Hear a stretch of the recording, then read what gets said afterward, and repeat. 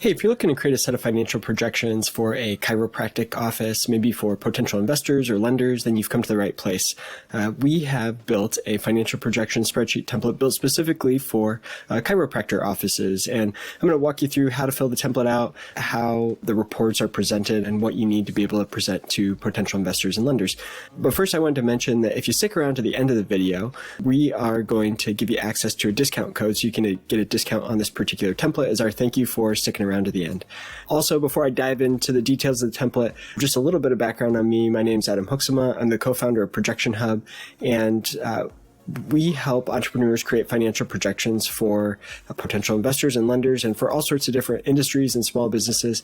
I spent about 10 years as an SBA lender helping small businesses get loans. And during that time, we often asked our clients to create a set of financial projections. And that really inspired me to create ProjectionHub because I saw how many clients really struggled with this piece of the loan application process, trying to get their numbers in order.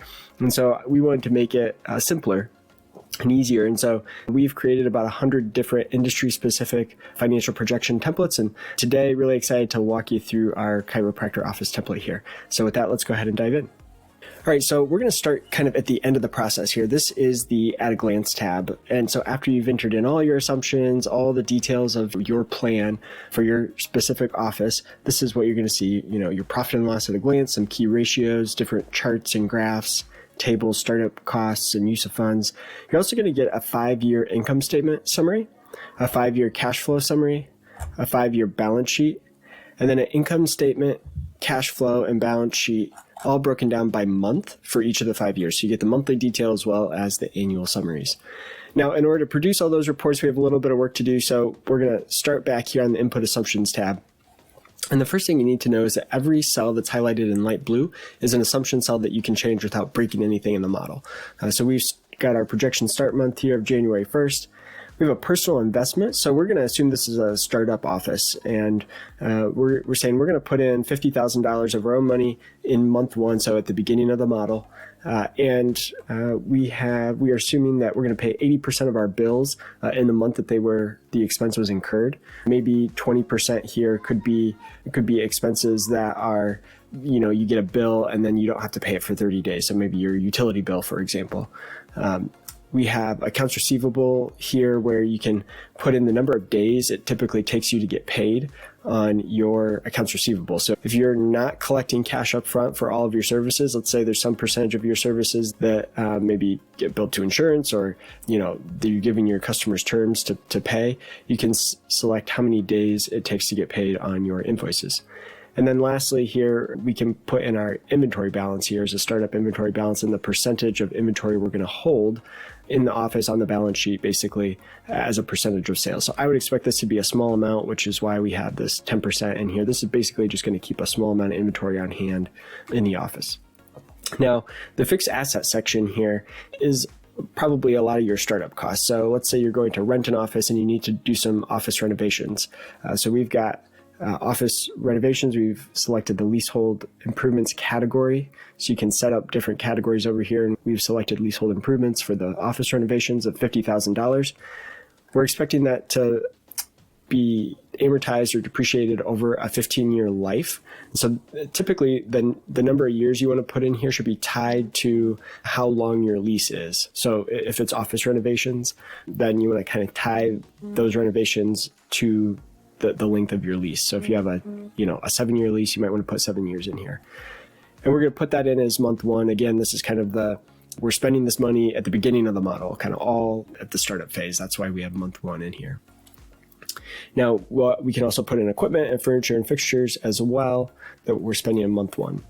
But we're also going to be looking for a loan. So we've got a $200,000 startup loan here, and you can put in that as month 1 as well with the 8% interest rate over a 10-year term or 120 months. Now, once you've entered that in, you're going to notice this green box down here. We're going to come back to this after we've entered in all of our assumptions, but what you'll notice here is that it's going to tell you whether your starting cash is sufficient or not. And so based on the numbers we have in there right now and the rest of the assumptions throughout the rest of the model, it thinks that we are going to break even or be cash flow positive in month 18. And so we're going to need $115,000 of working capital to help us cover expenses while we're building up the practice to be profitable and cash flow positive. We're also going to need $100,000 for these fixed assets right here. And then it wants us to have a $30,000 buffer. So that all totals up to $245,000.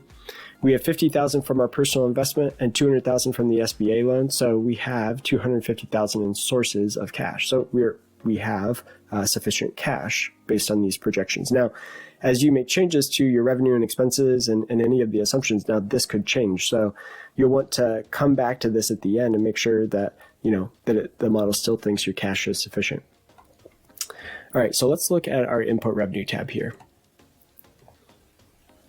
So we're going to start with this patient acquisition. Now, if you already have a number of current patients, you can put in the number of current patients or clients that you already have right here. I'm going to assume that we're starting with 0 in this scenario. We're going to assume that we're going to spend $3,000 for an aggressive advertising budget, $3,000 a month, and that it's going to cost us $200 to acquire a new patient through the means of advertising. So a $3,000 budget at $200 a patient turns into $15 or 15 new patients from paid ads. Then we also are assuming that we're going to have some new patients from word of mouth or just people checking out, hey, there's a new chiropractic office in town, we're going to check it out. And so we're expecting 50 patients, new patients a month for the first 6 months, and then that drops down to 25 for the rest of that first year. And so the assumption there is that, after kind of that initial wave of people that come and check it out, maybe you reach kind of more of a stable, steady state of word of mouth customers. So that helps us calculate our number of new patients each month. We also have the ability to put in the maximum number of patients that we think our practice can handle. So the model will then limit how many active patients you can actually have based on this number. So if I put in 50 as an example, you'll see down here below, it's gonna default to just 50 patients. So what you'll notice is if you think, okay, well, I can have, 4,000 active files in my practice because we have 2 or 3 chiropractors on staff or whatever, and each of us can take 1,000 or 1,500 or maybe a couple thousand patients. So that's what that number is there for. And then this is our annual churn rate. So we expect some number of patients just to leave each year, that they wouldn't continue to come. And so that's assuming a 25% churn rate or cancellation rate where patients leave. All right, so now we're going to put in our services here. So we're saying that every new patient is going to have a kind of an intake exam for all new patients, $150 fee here. You can change these fees based on what you typically, plan to offer. You can enter in any material costs. So if there's any material costs, supply costs that you would expect to have with each appointment, you can enter that here. So I would expect those to be quite minimal, maybe just, some cleaning supplies or gloves or, some basic supplies there, right? And then we can enter in our different kind of regular appointments. So we've got adjustments, and we can set the number of times the average patient will come for this particular service per year. So we're saying that the average patient, so of all of these active patients, if we have 65 active patients, we're saying those 65 on average are going to come 10 times per year for an adjustment. And so that should be the average of your entire patient base. So we know, some folks might come weekly, some might come once a month, some might come just a couple times a year, right? And so what we're looking for here is what you think the average will be for your customer base.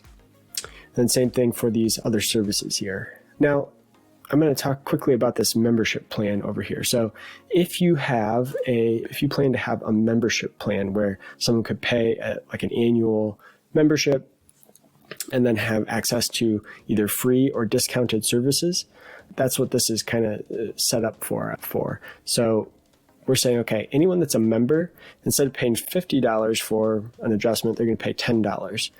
And instead of, $50 for the soft tissue therapy, they're going to pay $10 and so on, right? So these are the discounted rates.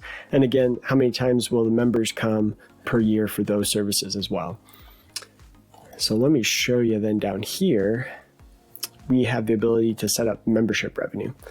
So this allows you to say what percentage of your active patients, so these 65 patients, what percentage of them do we think are going to be subscribers or members, okay? So you can set up that membership plan, and then you can set up this average annual membership fee that you're going to charge. And so we've got a $500 annual membership offering, and then we think 15% are going to take advantage of that. And then for those 15% that are members, they're going to be getting these discounted services. So what this down here is doing is calculating, what the discount is for those services based on those assumptions. All right, so based on all of that, we'll calculate our revenue and our cost of goods sold, our material cost. All right, let's move on to our operating expenses here. You have the ability to enter in your operating expenses as either a fixed dollar amount or a percentage of revenue by using this drop down. And so we're going to say, let's say credit card fees are a good example of a percentage of revenue expense. So we're saying that, our customers are going to pay with credit or debit card, and we know the credit card company is going to charge us maybe 2 to 3%. And so we've got a 0.02 entered in here for a 2% credit card processing fee. We also have insurance here set up as a percentage of revenue cost, because we expect our insurance to go up as our revenue goes up over time. And so that's why we set that up as a percentage of revenue, for example. All right, and then on the salaries side of things, zoom in here just a little bit. All right, we have Chiropractor 1, and we're going to say that minimum salary we want during the first 2 years, so years 1 and 2, we want the minimum salary to be $50,000 with benefits of $5,000 starting on month 1 and ending on month 24. Okay, and so what we did here is we're trying to be able to apply change in the salary and structure here of the chiropractor's salary. So in year 1, it's going to be a minimum of $50,000, but in year 2, in year 3, the beginning of year 3, so month 25, we're going to hire a second chiropractor. And so Chiropractor 1 now is going to be bumped up to an average minimum salary of $90,000 a year. And our second chiropractor that we're bringing on is also going to be at that same minimum of $90,000 a year. And so we've got those set up to go from month 25 through month 60. So that's why we stopped this first chiropractor at month 24, because we wanted to apply these new assumptions starting in month 25 and forward. Now, let me show you this variable compensation and bonus structure. So what we have the ability to do is say, okay, this chiropractor in this years 1 and 2 is responsible for 100% of the production.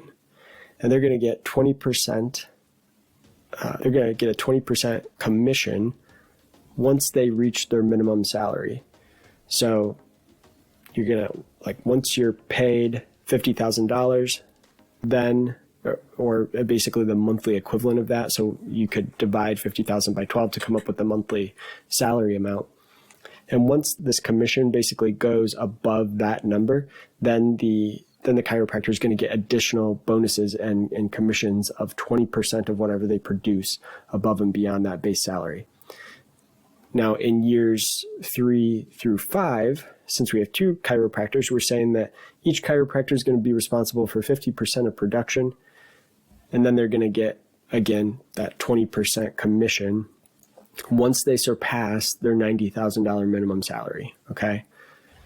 And then we have the ability to enter in chiropractic assistants.